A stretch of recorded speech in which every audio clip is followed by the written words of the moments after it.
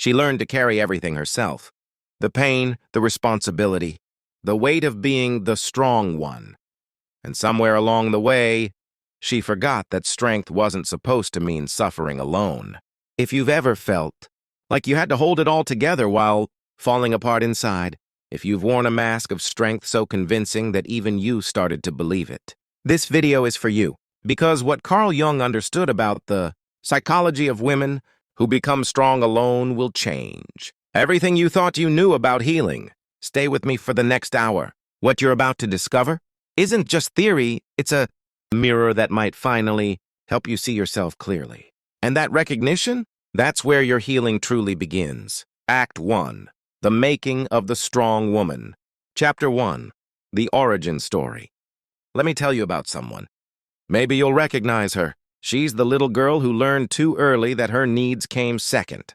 Maybe her parents were dealing with their own struggles, addiction, divorce, financial stress, mental illness. Maybe there was trauma in the home that no one talked about, but everyone felt.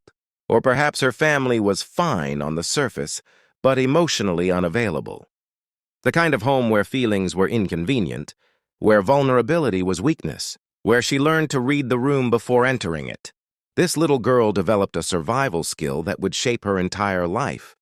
She became strong by necessity, not by choice. Carl Jung called this the development of a persona, the mask we wear to navigate the world. But for women who had to be strong alone, this wasn't just a mask. It became their entire identity. And here's what Jung understood that most people miss. When a child learns that her survival depends on being strong, her psyche adapts. She doesn't just put on strength like a coat she can take off. She fuses with it. Strength becomes her only acceptable state of being. Psychologists have a term for what happened to this little girl: parentification. She became the parent to her parents, the caretaker of her siblings, the emotional manager of the entire household. But here's what makes this so insidious. Society praised her for it. "You're so mature for your age. You're such a responsible girl. I don't know what I'd do without you." These words felt like love. They felt like value. So she kept earning them again and again, until she forgot she didn't have to earn the right to exist. Jung wrote, "The greatest burden a child must bear is the unlived life of the parents." For the woman who had to be strong alone, she didn't just carry her parents' unlived lives. She carried their unprocessed emotions, their unmet needs, their unspoken fears. And she did it believing this was love. The first betrayal. Here's the cruel paradox. The first betrayal didn't come from someone being intentionally cruel. It came from being needed too much, too soon, too young. When a child's needs are consistently unmet because she's busy, meeting everyone else's needs, something fractures inside her. Jung called this the abandonment of the self. She learns that her authentic self, the one who is scared, who needs comfort, who wants to be small sometimes, is unacceptable. Dangerous even. Because if she stops being strong, the whole house of cards collapses. So she buries that authentic self so deep that eventually she forgets it exists at all. If you're watching this and feeling tears forming, that's not weakness. That's your authentic self, trying to be heard after years of silence. Before we go deeper, take a moment and drop a comment below. I see you, if this resonates. Sometimes the first step in healing is acknowledging we're not alone in this experience. And if this video is already speaking to you, hit that subscribe button because we're going to walk this entire journey together. Act 2. The Shadow of Strength. Chapter 2. What Jung knew about the shadow. Now we arrive at perhaps Jung's most powerful concept, the shadow. Your shadow isn't the bad parts of you.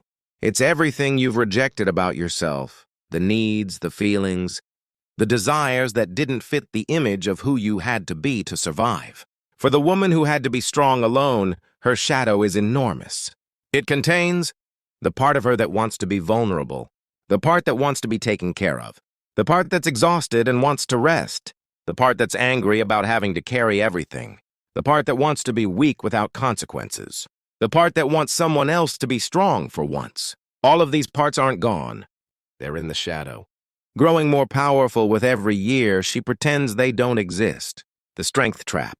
Here's where it gets fascinating and painful at the same time. That strength that saved you as a child? It becomes your prison as an adult. You attract people who need saving because that's the only kind of relationship that feels familiar.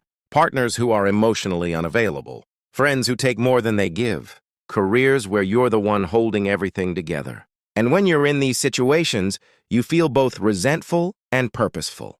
Because being needed is the only way you know how to feel valued. Jung called this the neurotic's attachment to suffering. But it's not that you want to suffer. It's that you've built your entire identity around being the strong one. Without that role, who even are you? This is the trap. Your strength has become both your superpower and your cage. The myth of independence? Let's talk about something that might sting a little. The myth of fierce independence.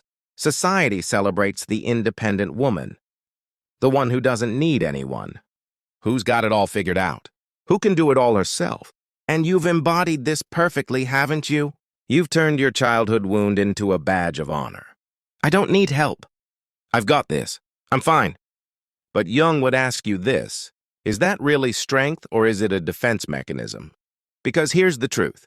Humans are neurobiologically wired for connection. Interdependence is our natural state. We are meant to need each other. When you refuse all help, when you can't let anyone see you struggle, when you pride yourself on needing absolutely nothing from anyone, you're not being strong. You're recreating the emotional isolation of your childhood and calling it empowerment. Real strength isn't the absence of need. Real strength is the courage to be vulnerable enough to admit when you need support. And the woman who had to be strong alone struggles with this more than anything else in the world. If you're starting to see patterns in your life that make more sense now, please hit the like button. It helps this message reach other women who need to hear it. And don't go anywhere because what comes next is where your actual healing begins. Act 3. The patterns we repeat. Chapter 3. The relationship cycle. Let's get uncomfortably specific about your relationships. If you had to be strong alone as a child, you likely follow a predictable pattern in your adult relationships. Jung called this repetition compulsion, the unconscious drive to recreate our childhood dynamics in hopes of finally getting a different outcome. Here's how the cycle typically goes. Phase 1, the rescue. You meet someone who seems to need you. Maybe they're going through a hard time. Maybe they're just a bit lost. You see potential in them. You believe in them when no one else does. This feels like love. This feels like purpose. Phase 2, the investment. You pour yourself into this person. You help them, support them, carry their emotional weight. You become their therapist, their mother, their life coach, everything except an equal partner. You tell yourself this is temporary. Once they get through this rough patch, once they get their feet under them, things will balance out. Phase 3, the waiting. But that balance never comes, because people who are attracted to your strength are often running from their own weakness. They don't want to be strong. They want to borrow yours indefinitely. You start to feel resentful, exhausted, taken for granted. But you can't leave because you've invested so much. And besides, they need you. Phase 4, the breaking point.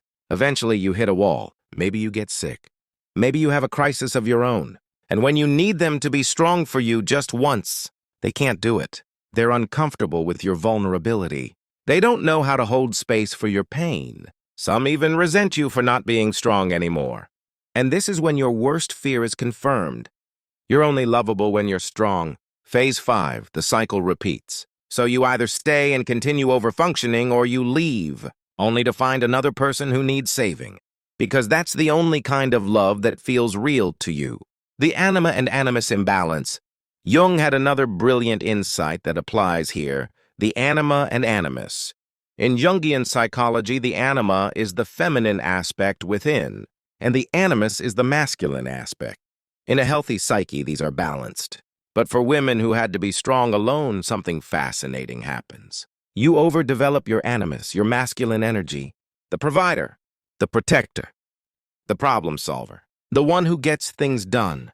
Meanwhile, your anima, your feminine energy, your receptivity, your softness, your ability to simply be rather than do, gets buried in the shadow. This isn't about being masculine or feminine in stereotypical ways. It's about balance, and you're out of balance. You've developed incredible yang, action, giving, strength, independence. But you've suppressed your yin, rest, receiving, vulnerability, interdependence. This is why relaxation feels uncomfortable, why receiving feels awkward, why compliments bounce off you, why you feel guilty when you're not being productive. You've exiled half of yourself to the shadow. The mother wound. We need to talk about the mother wound, because this is often at the core of the woman who had to be strong alone. Maybe your mother was physically absent, or emotionally unavailable, or so overwhelmed by her own struggles that she couldn't mother you the way you needed. Or maybe, and this is the one that's harder to acknowledge, your mother was present and loving, but she modeled the same pattern. She was strong alone too. She taught you, through example, that women carry everything and ask for nothing. Jung understood that we don't just inherit our parents' genetics, we inherit their unresolved psychological material, their shadows, their wounds, their coping mechanisms. The mother wound isn't about blaming your mother. It's about recognizing that she was likely doing the best she could with her own unhealed trauma. But here's what you need to understand. You can honor your mother's struggle and decide to heal what she couldn't. You can appreciate her strength and choose to put down the burden she carried. You can love her and refuse to repeat her patterns. This isn't betrayal. This is evolution. We're at the halfway point, and I know this is heavy. But stay with me, because we're about to shift from understanding your wounds to actually healing them. If you need to pause and take a breath, that's okay. This work isn't easy, but you're already doing it just by being here. When you're ready, let's continue. Act 4, The Turning Point. Chapter 4, The Breakdown Before the Breakthrough. There often comes a moment when the facade cracks. Maybe it's a health crisis. Maybe it's a relationship that finally breaks you. Maybe it's just waking up one day and realizing you can't remember the last time you felt joy. Jung called this the necessary descent. Others call it the dark night of the soul. But here's what it really is. Your authentic self, refusing to be silent anymore. All those parts you buried. The vulnerable child who needed care. The exhausted woman who needed rest. The angry part that's sick of carrying everything. They stage a rebellion. Depression might set in. Anxiety might overwhelm you. Your body might betray you with mysterious symptoms that doctors can't quite explain. And in our society, we call this falling apart. We pathologize it. We rush to medicate it away or positive think it into submission. But Jung would say, this isn't a breakdown. This is a breakthrough trying to happen. Your psyche is trying to get your attention. It's saying, the way you've been living isn't sustainable.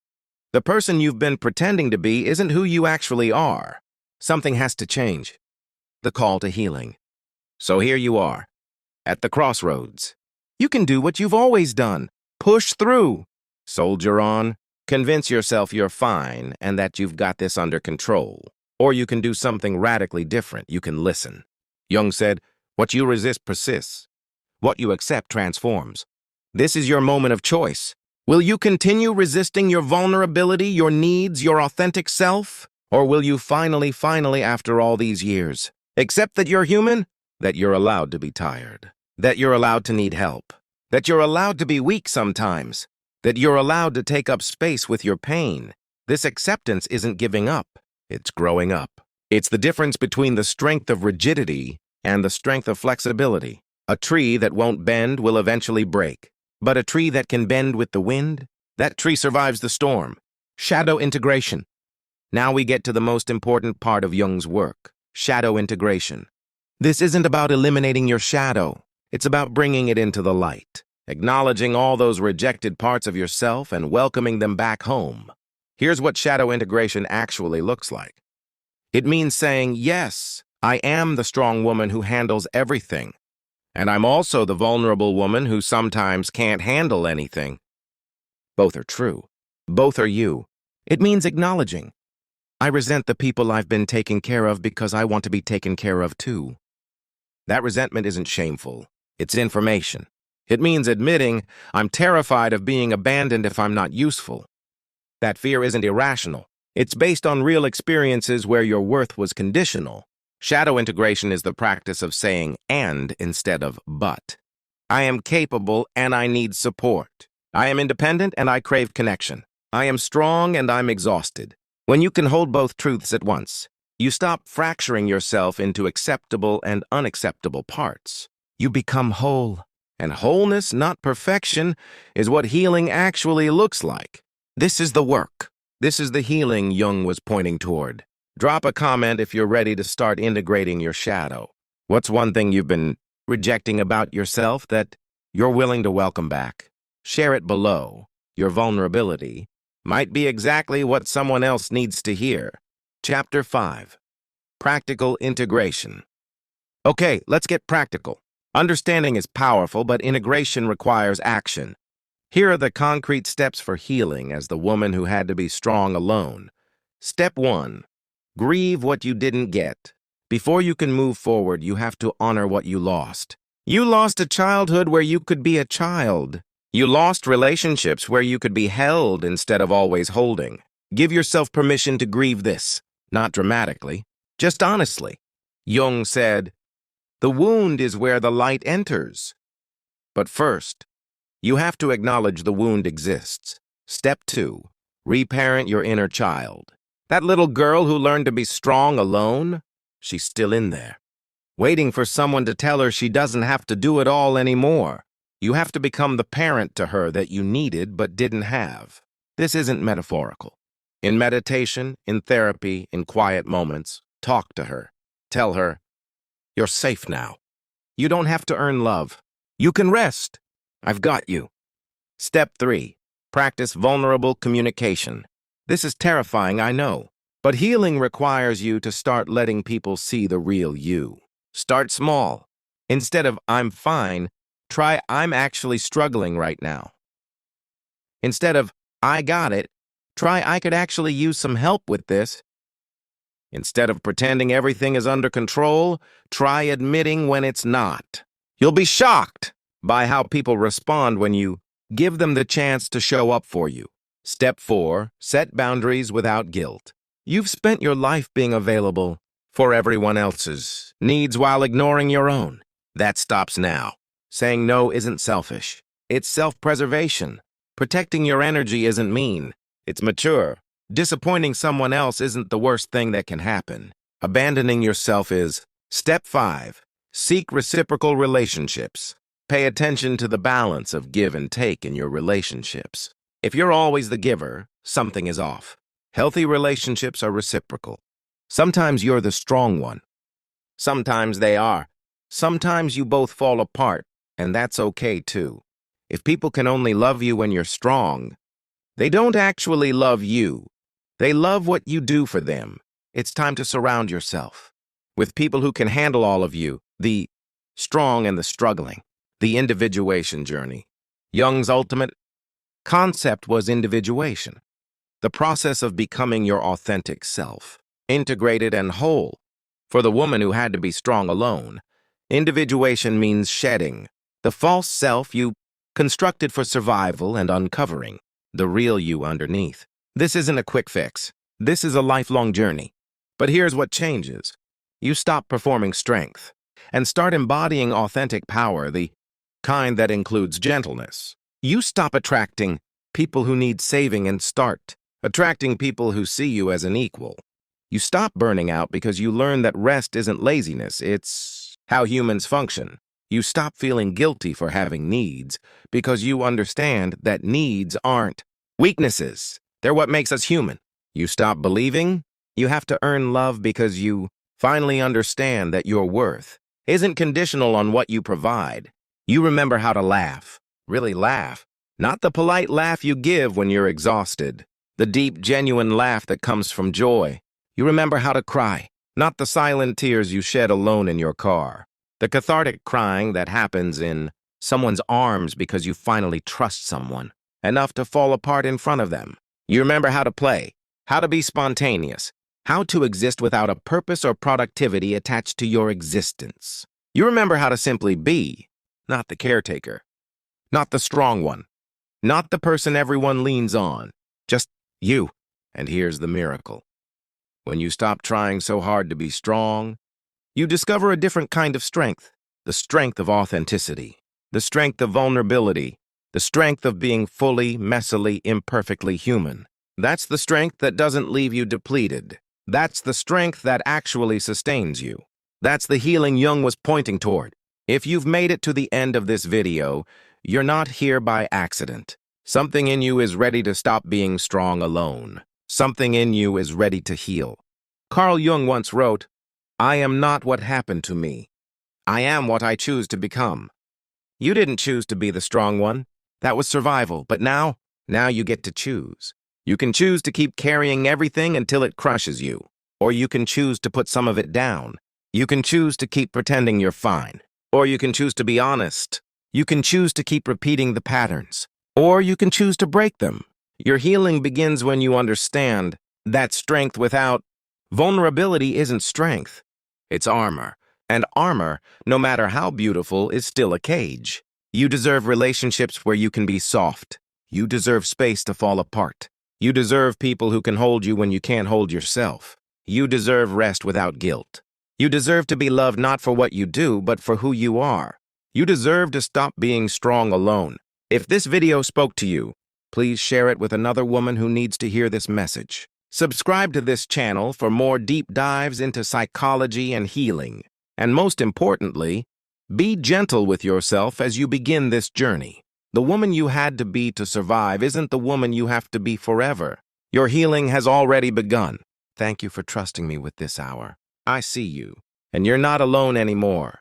Suggested videos: Breaking Free from Codependency, a Jungian perspective, Healing the Mother Wound, What Your Mom Couldn't Give You, the shadow work practice that changed everything. Resources for your healing journey in the description below. Join our community. Subscribe for more psychology and healing content.